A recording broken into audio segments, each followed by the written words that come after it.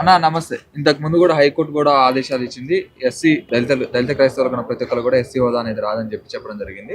ఇప్పుడు supreme court కూడా దాన్ని కరెక్ట్ అని చెప్పడం కూడా చూస్తున్నాను. దీని గురించి అయినా మీరు ఇక్కడ ప్రెస్ మీట్ పెట్టారు, దానిపై మీ స్పందన ఏంటి?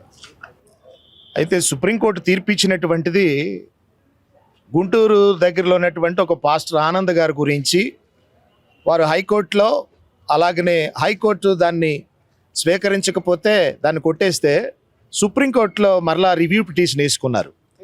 దాని మీద దళిత క్రైస్తవులకు ఎస్సీ హోదా కల్పించాలనేటువంటి నినాదంతో మేము పోరాడుతున్నాం. ఆల్రెడీ దళిత క్రైస్తవులకు ఎస్సీ హోదా రాదు అని చెప్పి మాత్రం సుప్రీంకోర్టు ఏమి తీర్పు ఇవ్వటం జరగలేదు. ఎందుకంటే దీని మీద ఆల్రెడీ పెండింగ్లో ఉన్నాయి కేసులు. నెక్స్ట్ ఏంటంటే ఇప్పుడు మేము ఈ కార్యక్రమము తలపెట్టింది దేనికోసం అని అంటే మన ఆనంద్ గురించి తీర్పు ఇచ్చినటువంటి దానికోసం కాదు. ఇది 76 సంవత్సరాల నుంచి పెండింగ్లో ఉంది. దళిత క్రైస్తవులకు ఎస్సీ హోదా కల్పించేటటువంటి విషయంలో మా పోరాటం ఈ రోజు నుంచి కాదు. 1950లో ప్రెసిడెన్షియల్ ఆర్డర్ మరి 3వ పేరాలో రాజ్యాంగంలో లేనటువంటి దాన్ని ఒకటి చేర్చినటువంటిదే తప్ప రాజ్యాంగంలో రాసినటువంటిది మాత్రం కాదది. చేర్చినటువంటిది ఏదైనా సరే అది 6 నెలలలో క్యాన్సిల్ చేయాలి. కానీ 6 నెలలు కాదు, 76 సంవత్సరాలు పట్టింది. 76 సంవత్సరాలు పట్టడానికి గల కారణం ఏంటంటే యావత్ క్రైస్తవ్యం స్వీకరించిన దళితుల్లో ఉన్నటువంటి వాళ్ళకు ఉన్నటువంటి నిర్లక్ష్య వైఖరి. ఎందుకంటే ఈ సమస్య ఈ మాది కాదులే అని చెప్పి నిర్లక్ష్యం చేశారు. అందుకని 76 సంవత్సరాలు పట్టింది. 1950లో వచ్చినటువంటి సమస్య 56కి షెడ్యూల్ కులాల్లో ఉన్నటువంటి ఎస్సీలు షెడ్యూల్ కులాల్లో ఉన్న చిక్కులు పోరాటం చేసి హక్కులు సాధించుకున్నారు. అలాగే 1990లో బౌద్ధ మతంలో ఉన్నటువంటి ఎస్సీలు సాధించుకున్నారు, ఎస్సీ హోదా సాధించుకున్నారు.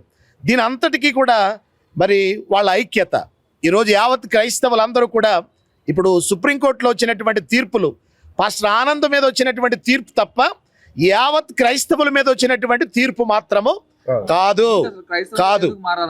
క్రైస్తవ్యంలో మారటానికి గల కారణం కేవలం ఒకటే సార్. క్రైస్తవులైనటువంటి వారు ఈ దేశంలో సెక్యులర్ దేశం అనబడినటువంటి దేశంలో ఒక భాగం. హిందూ, ముస్లిం, క్రిస్టియన్, జైన్స్ సర్వమతాల సమ్మేళనం మన సెక్యులర్ దేశం ఇది. అయితే షెడ్యూల్ కులాల్లో ఉన్నటువంటి వారు క్రైస్తవ్యం స్వీకరించడానికి ప్రధానమైనటువంటి ఉద్దేశం ఏమిటంటే వీరు అంటరానితనం అనేటటువంటిది అన్టచబిలిటీ ఉన్నది.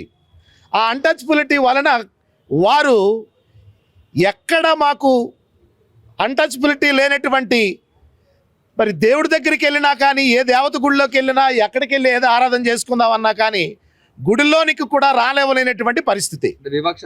వివక్షత. ఆ వివక్షతలో క్రైస్తవ్యంలో వివక్ష లేదు అని ప్రారంభంలో క్రైస్తవ్యంలో వివక్షత లేదని చెప్పి అందరూ క్రైస్తవ్యంలోకి వచ్చారు. కానీ ఇప్పుడు క్రైస్తవ్యంలో కూడా వివక్షత కనపడుతుంది. ఎందుకంటే ఎస్సీ వాళ్ళు ఒక వర్గంగా వాళ్ళు చర్చ కట్టుకుంటాం, అందులో ఓసీలు రారని.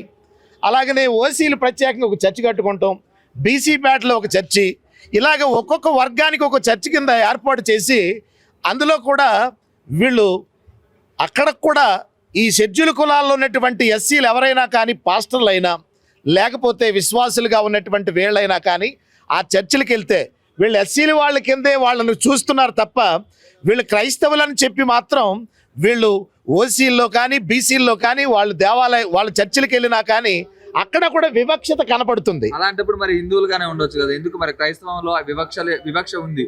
దాని వివక్ష ఉందని చెప్పి క్రైస్తవంలోకి పోయినప్పుడు క్రైస్తవంలో కూడా వివక్ష చూపిస్తుంది. దాన్ని రూపుమాపాలని చెప్పేసే మా పోరాటం ఇది. సమానంగా అందరూ కూడా కలిసిమెలిసి ఉండాలి. క్రైస్తవ్యంలో కుల వివక్షత ఉండకూడదు.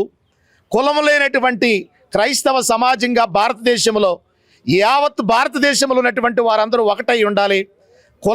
కులరహితమైనటువంటి దేశంగా మారాలని ఐక్యతతో క్రైస్తవ సమాజాన్ని అంతటిని కూడా ఐక్యమత్యం చేయడానికి హలో క్రైస్తవ చలో ఢిల్లీ అనేటువంటి కార్యక్రమాన్ని చేసి మేము పిలుపునిచ్చి ఈరోజు అందరినీ కూడా కలుపుకోవడానికి వచ్చాం. పోరాటంతోనే మనందరినీ అదే మీరు ఇప్పుడు వివక్ష ఉందని చెప్తున్నారు. అదే పోరాటం అనేది హిందుత్వంలో ఉన్నప్పుడే పోరాటం చేయొచ్చుగా. అందరూ కలిసి ఉంటే అయిపోతే ఆ కుల మతాల భేదాలు లేవని చెప్పి హిందువుకు ఉన్నప్పుడే పోరాటం చేయొచ్చు కదా. మరి ఎందుకు క్రైస్తవంలోకి పోయినప్పుడే పోరాటం ఎందుకు చేయాలి? హిందువులుగా ఉన్నప్పుడు పోరాటం చేయడానికి ఆల్రెడీ మేము హిందూ దేశంలో భారతదేశంలో ఉన్నాం. మాకు ఆ రోజున మా సమాజానికి ఈ పోరాటం చేసేటటువంటి పటిమ లేదు. డాక్టర్ బిఆర్ అంబేద్కర్ ఇలాంటి సమాజం కోసం ఆయన ఎంతో త్యాగం చేశాడు. కానీ రాజ్యాధికారం ద్వారానే ఏదైనా హక్కులు సాధించుకోవచ్చని ఆయన ప్రత్యేకంగా ఒక పార్టీ పెట్టినా కానీ ఆయన్నే ఓడించారండి, అంత మహాను మేధావిని. కానీ ఈరోజు క్రైస్తవులందరూ కూడా ఒక తాటి మీదకి వచ్చి అందరూ ఒకటే ఆలోచిస్తున్నారు. మేము పార్టీ పెడతాం, మేము ఐక్యమత్యంగా అందరూ ముందుకు వస్తాం అంటున్నారు. కానీ పీతల మంగావలాగా ఒకరు ఒక మాట అంటే ఒకరు ఒక మాట అంటున్నారని చెప్పి రాజకీయ పార్టీల దృష్టికి ఎగతాళిగా కనబడి క్రైస్తవులు ఏదన్నా అంటే చేయలేరేమోనని వారికి ఉన్నటువంటి ఆ నిర్లక్ష్య, లేకపోతే వారు అనుకుంటున్నటువంటి విధానాన్ని చూస్తూ ఉంటుంటే క్రైస్తవుల్లో ఈరోజు అందరిలో కూడా మంట పుట్టి, ఎందుకని మనము ఈ విధమైనటువంటి పరిస్థితులు ఎదురైనాయి అని చెప్పి మమ్మల్ని మేము స్వపరీక్ష చేసుకుని ఐక్యమత్యంతో అన్ని సంఘాలు ఏకమై ఈరోజు డినామినేషన్స్ భేదం లేకుండా అందరూ కలిసికట్టుగా ఉండి దీంట్లో కుల మనేది లేకుండా ఐక్యమత్యంతో ఉండాలని చెప్పి మేము పిలుపునిస్తూ ఇండియన్ క్రిస్టియన్ ఫెడరేషన్ మేము ఈరోజు తెలంగాణలో ఉన్నటువంటి PCF అలాగే క్రైస్తవ సంఘాలన్నింటినీ కూడా కలుపుకుని ఇలాంటి ఉద్యమానికి పిలుపునివ్వటం జరిగింది. కనుక మీ ద్వారా ప్రభుత్వానికి మేము విన్నవించుకునేది ఒకటే, క్రైస్తవుల్లో ఐక్యత లేదనుకునటం తప్పు. సమయం వచ్చిన తర్వాత అందరూ ఒకటవుతాం. అలాగని చెప్పి హిందువులు మాకు వ్యతిరేకం కాదు.